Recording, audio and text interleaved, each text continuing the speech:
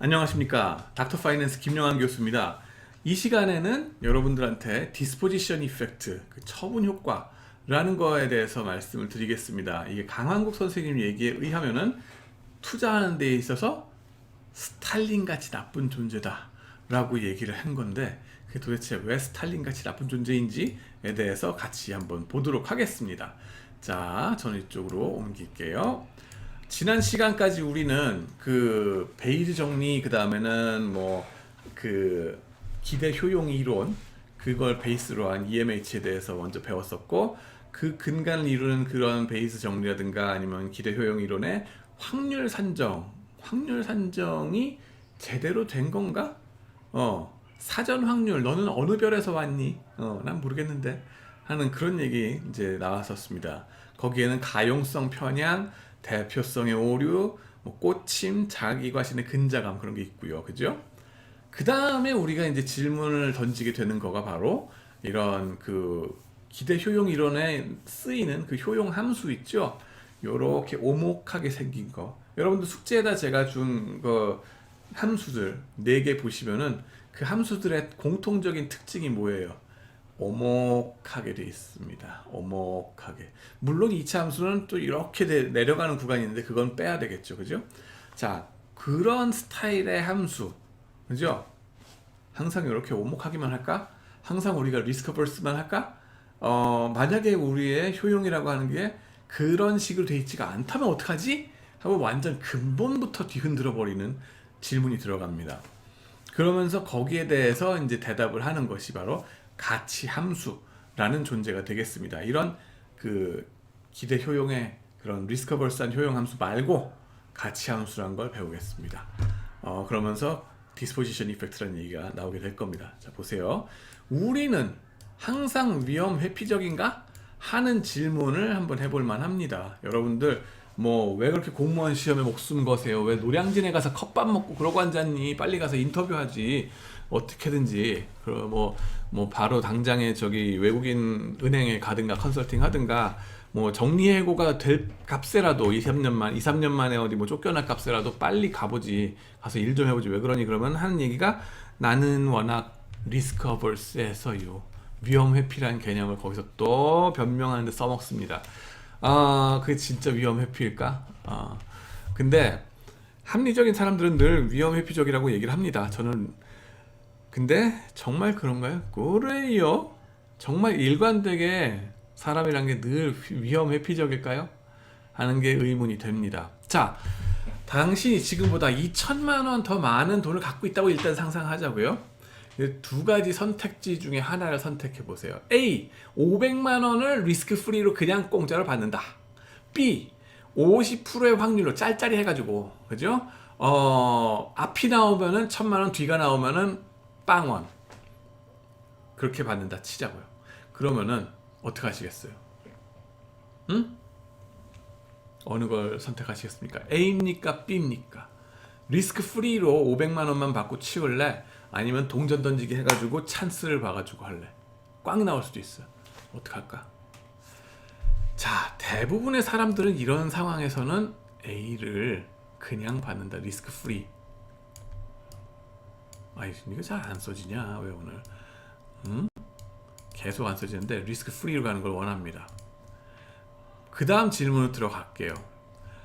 당신이 지금보다 2천만 원 말고 3천만 원 더 많이 있다고 치자고.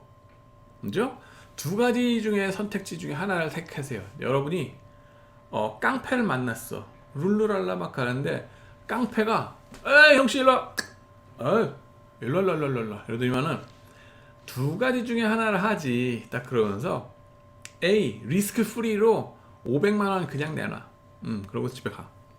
하는 게 있고, B. 동전 던져가지고 앞이 나오면은 1,000만 원을 뺏기고 뒤가 나오면은 그냥 가게 봐줄게. 쿨하게 봐줄게. 묻고 더블로 가. 뭐 거의 이런 건데 지금 이런 식으로 하는 건데 어떤 걸 하시겠어요? 깡패한테 뺏기게 생겼어. 이럴 때면은 대부분의 사람들은 이걸 선택을 합니다. 리스크 프리는 뭐가 리스크 프리라고요? 이게 리스크 프리라고. 그냥 뺏기는 게 뺏긴다고 해서 리스크가 없는 거 아니죠. 뺏기는 거 확실하게 뺏긴다. 무조건 뺏긴다. 그냥 확실하게 리스크 프리. 리스크라고 하는 거 개념 자체를 여러분들 먼저 제대로 생각하셔야 돼요. 리스크라고 하는 게 뭐 나쁜 거다, 무조건 나쁜 거다가 아니에요. 나쁜 걸 회피한다가 아니라 리스크라고 하는 거는 대박 혹은 쪽박을 추구하는 거. 요 벌어지는 정도라고 보시면 돼요. 대박, 쪽박. 요 벌어지는 정도. 리스크 프리라고 하는 건 뭐예요? 그러니까는 리스크 프리라고 하는 건 이 벌어지는 게 없이 그냥 쭉 이렇게 그냥 가든가 이렇게 가든가 아니면은 이렇게 내려가든가 아니면 이렇게 올라가든가 좌우지간에 벌어지는 거 없는 거예요. 대박 쪽박이 없이. 그게 리스크 프리야. 이게 리스크 프리로 뺏기는 겁니다. 자, 좌우지간에 두 번째 질문하면 꼭 사람들은 B를 선택을 합니다. 희한한 게 이 반반이니까 기대값은요. 기대값을 생각해 보면은 첫 번째 시츄에이션에서의 도박의 기대값은 얼마일까요? 2천만 원, 그죠? 2천만 원 플러스 0.5 곱하기 어디 갔어? 이게 또 꼭 안 나와 이렇게. 자, 0.5 곱하기 10, 그죠? 그러면은 플러스 0.5 곱하기 빵, 그죠? 0.5 5 곱하기 빵 플러스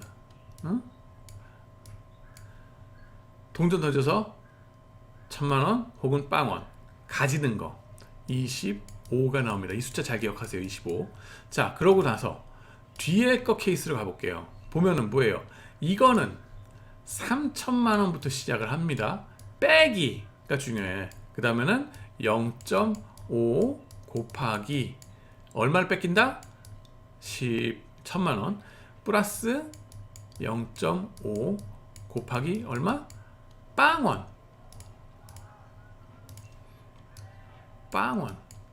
그러면은 이것도 이 기대값이 얼마?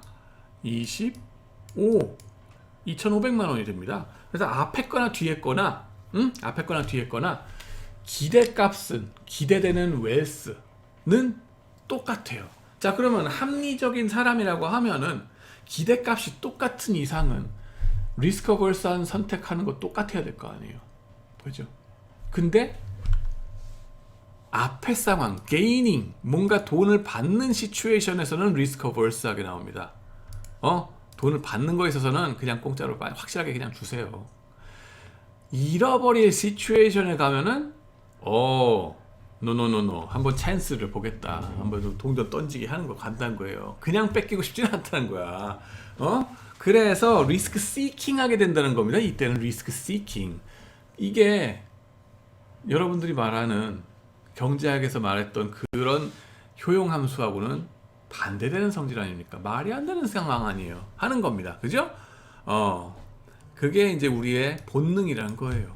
이득 보는 상황에서는 소확행을 추구합니다. 소확행. 위험 회피는 이런 때에만 선택적으로 하고요. 손실 볼 것 같으면 재빨리 스탠스를 바꿔서 찬스를 보죠. 어떻게 될까?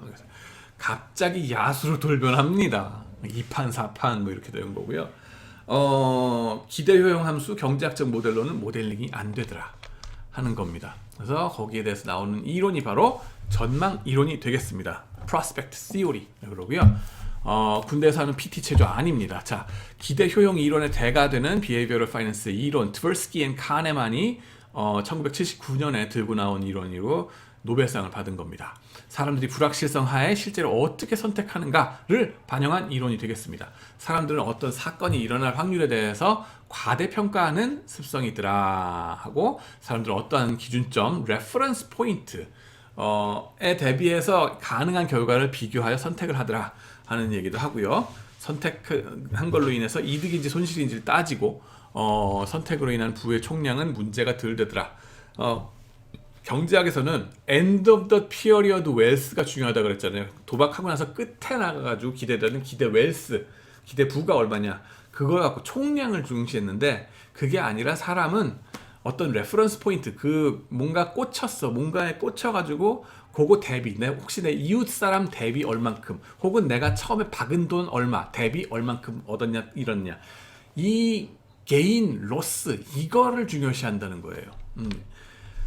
자, 그래서 전망 이론의 테크니컬로 한 부분은 이렇게 됩니다. 사람들의 선택에 대해서는 다음과 같은 형식의 도박으로 표현이 되더라 하는데, 선택에 대해서는 프로스펙트 시오리의 밸류 펑션이라고 하는 거는 여기에 확률 가중치 함수 파이를 집어넣고요. 거의 확률 비슷하다고 보시면 돼요.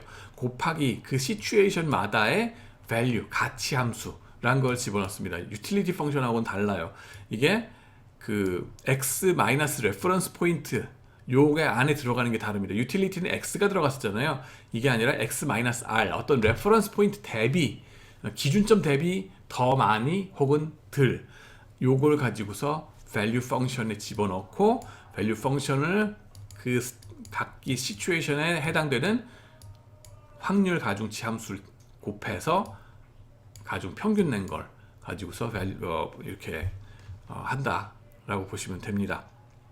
그렇게 되고, 레퍼런스 포인트는 대개 초기의 부의 양 혹은 주식했을 때는 처음에 박은 돈, 얼마에 샀다 하는 거, 그거를 집어넣습니다. 자, 그러고서 넘어가면은 value 펑션은요, 그죠? 가치 함수는 이렇게 생겼다라고 얘기를 합니다. 빨간 선처럼 오목한 구간이 있기는 해요. expected utility 펑션처럼. 그게 언제냐? 이득이 될 때. 요 원점 있죠? 요게 바로 레퍼런스 포인트입니다. R. 레퍼런스 포인트 대비 내가 뭔가 이득이 될 시츄에이션에서는 리스크 어버스. 배가 조금 부른 거지. 왜? 내가 잃어버리게 생겼다. 그럼 2판 4판 한번 죽어보자. 리스크 테이킹 하는 거예요. 2판 4판 딱 그 정신 이제 좀 감이 옵니까? 네, 이렇게 되고요. 뭐 똑같은 100만 원이라 100만 원을 게인 얻을 때 시츄에이션하고 100만 원을 잃어버린 거하고 얼만큼 해피하냐. 내가 박은 돈 대비 100만 원 벌었을 때 해피한 정도 하고, 내가 박은 돈 대비 100만 원 잃어버렸을 때 내가 불행해지는 정도, 이게 얼만큼 차이가 나느냐, 사람들마다 많이 다르긴 한데 대개는 사람들이 잃어버리는 걸 싫어하잖아요. 정말 너무너무 페인풀하게 생각합니다. 한 2.5배 정도 더 페인풀하게 생각한다고 합니다. 자, 그래서 몇 가지 핵심 원리. 사람들은 첫 번째, 부의 변화를 중시하지 상태를 중시하는 게 아니다. 사람의 욕심은 끝이 없다. 기대 효용 이론에 의하면 마지막에 갖게 되는 부의 총량이 문제였는데요. 손실이나 이득 자체는 큰 영향을 미치지 않고 어떤 기준점 대비 내가 얼만큼 가졌냐 아니냐 하는 거. 짤짤이 동전 하나로 앞면이 나오면 당신이 이기고 뒷면이 나오면 진다고 칩시다. 자, 50대 50 확률 갑니다. 저 중학교 때 이런 것들 친구들 많이 했는데, 지면 당신은 100만 원을 잃습니다. 이겼을 때는 최소한 얼마만큼 이득을 봐야지 이 짤짤이에 참여할 의사가 있습니까? 했을 때에 대부분의 사람들은 한 2.5배 정도, 아까 얘기한 대로 이렇게 훨씬 더 많이 줘야지, 50대 50이면은 2.5배 정도는 줘야지 요거 갖고 페어 게임이다라고 생각하고서 그냥 들어온다는 거예요. 심리적으로 그렇게 받아들인다는 겁니다. 자, 두 번째, 손실 회피가 나옵니다. 이게 진짜 중요한 개념인데, 이게 시험에 나올 건데, 사람들은 이득보다 손실의 양을 이제 되게 싫어한다. 그겁니다. 그래서 내가 아까 말한 듯이 이렇게 깊게 파여 있는 거, 요거에 대비해서 2.5배 간다는 거, 그게 손실 회피의 얘기입니다. 너무너무 언해피해. 똑같은 어마운트인데 100만 원 가지냐 잃어버리냐에 따라서. 그래서 결과적으로 밸류 펑션은 원점에서 살짝 꺾여 있다. 예, 미분불능하다는 거예요. 그때 가서 그 점에서. 자, 손실 회피 결과 주가가 폭락하면 어떤 짓을 해요? 사람들이 손절매를 제때 한다 못한다? 못합니다. 못하고 뭘 해요? 물타기를 합니다. 존버라는 말을 합니다. 존버 플러스 물타기. 페이퍼 로스로만 들고 있을 뿐이에요. 내가 삼성전자를 10만 원에 샀는데 지금 8만 전자, 오마이갓, 8만 전자 2만 원 손실이네. 그러면은 팔아요, 못 팔아요? 못 팝니다. 물론 2만 원 정도 손실 갖고 좀 얘기가 좀 그렇지. 뭐 예를 들면은 비트코인을 5천만 원에 샀네. 5천만 원에 샀는데 지금 뭐 한 3천만 원으로 떨어졌어요. 그럼 한 40% 손해 본 거 아니에요? 보통 손절매를 한 20% 내지는 30% 정도 되면 손절해야 되는 거 아니야? 근데 40% 떨어졌으면은 손절해야 되는데 못한다. 왜? 손실 회피. 내 손실 죽었다 깨어나도 못하겠거든. 그러니까는 계속 들고 있어서 존버를 합니다. 언젠가는 이것이 5천만 원을 다시 돌파할 거야. 이러면서 계속 들고 있는 거죠. 아, 제발 우리의 슬라 형, 저 누구냐, 테슬라의 저기 그 머스크 형, 머스크 형, 제발 좀 뭐 한마디만 더 해주세요. 그러면서 들고 있는 거지, 존버. 존버 정도가 아니라 비트코인 값이 쭉 3천만 원 떨어졌으면서 그때 또 삽니다. 왜? 매입 평균 단가를 낮추기 위해서. 평균 4천만 원이야 라고 낮추는 거죠. 그러면서 자위행위를 하는 겁니다. 나는 5천만 원에 산 게 아니고 4천만 원에 산 거야. 제발 좀 우리 머스크 형 올려주세요. 4천만 원까지만. 그러고서 호흡 앤 프레이 기도를 하는 거죠. 이게 바로 처분 효과의 안 좋은 모습입니다. 그래서 망한다.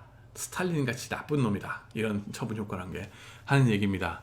그리고는 이렇게 버블이 막 꺼지시면요. 지금 이제 좀 있으면 그 주식시장도 뭐라 그래야지? 조정장이 이제 펼쳐지는 거 아닌가 막 이렇게 얘기하는데, 진짜로 조정장이 펼쳐지면 어떻게 되는 줄 아세요? 그때부터 사람들이, 나 워런 버핏이야, 나는. 이러면서 존버, 아까는 데이트 트레이더 했던 사람들이, 하루가 다르게 막 이렇게 봤던 사람들이 갑자기 존버. 그러면서 워런 버핏 모드로 막 변하십니다. 그러면서 가치 투자자가 된다고 생각을 합니다. 스스로. 웃기는 소리죠. 예. 자, 그리고 주가가 올라가서 구입가를 조금만 올라가면은, 그죠? 구입가를 조금만 올라가면 주가가 회복되면은, 그때는 어떻게 해요? 또 처분 효과가 또 나타납니다. 뭐냐면은 너무 일찍 팔아버려요. 예. 모멘텀이란 개념을 우리가 배웠잖아요, 전에. 그죠? 주가가 올라갈 때는 한 번에 올라가고 딱 끝난다? 아니면은 계속 올라간다. 계속 올라갑니다. 6개월 선방하던 놈이 앞으로 6개월 선방해. 대충 그런 식으로 3개월 이렇게 모멘텀이 있다 그랬잖아요. 쭉 계속 가는 거. 그걸 배울 때는 언제고, 막상 원금 회복을 딱 하는 순간, 야, 그럼 먹었으면 뭐 저 1%라도 먹었으면 해피하지 뭐. 그리고 빨리 나와버려요. 지친 거지, 지쳤어 이제. 그리고 이 개인 시츄에이션에서 뭐라 그랬어요 아까? 뭔가 돈을 받을 때가 되면은 리스크 어버스해진다. 소확행을 추구한다 그랬죠. 리스크 어버스하게 확실하게 빨리 bird in the hand, 내 손 안에 있는 게 이게 중요한 거 아니야? 막 그러면서 막 팔아버리십니다. 그러면서 딱 팔고 나서 뒤돌아보면 어떻게 해요? 주가가 또 계속 올라가고 있어. 왜? 모멘텀 때문에. 당연하지. 그래서 와이프한테 등짝 스매싱 당하십니다. 왜 팔았어? 네. 그러기 때문에 개인 투자자들은 맨날 돈을 잃어버린다 하는 겁니다. 처분 효과의 안 좋은 부분. 이게 전망 이론에서 나오는 얘기입니다.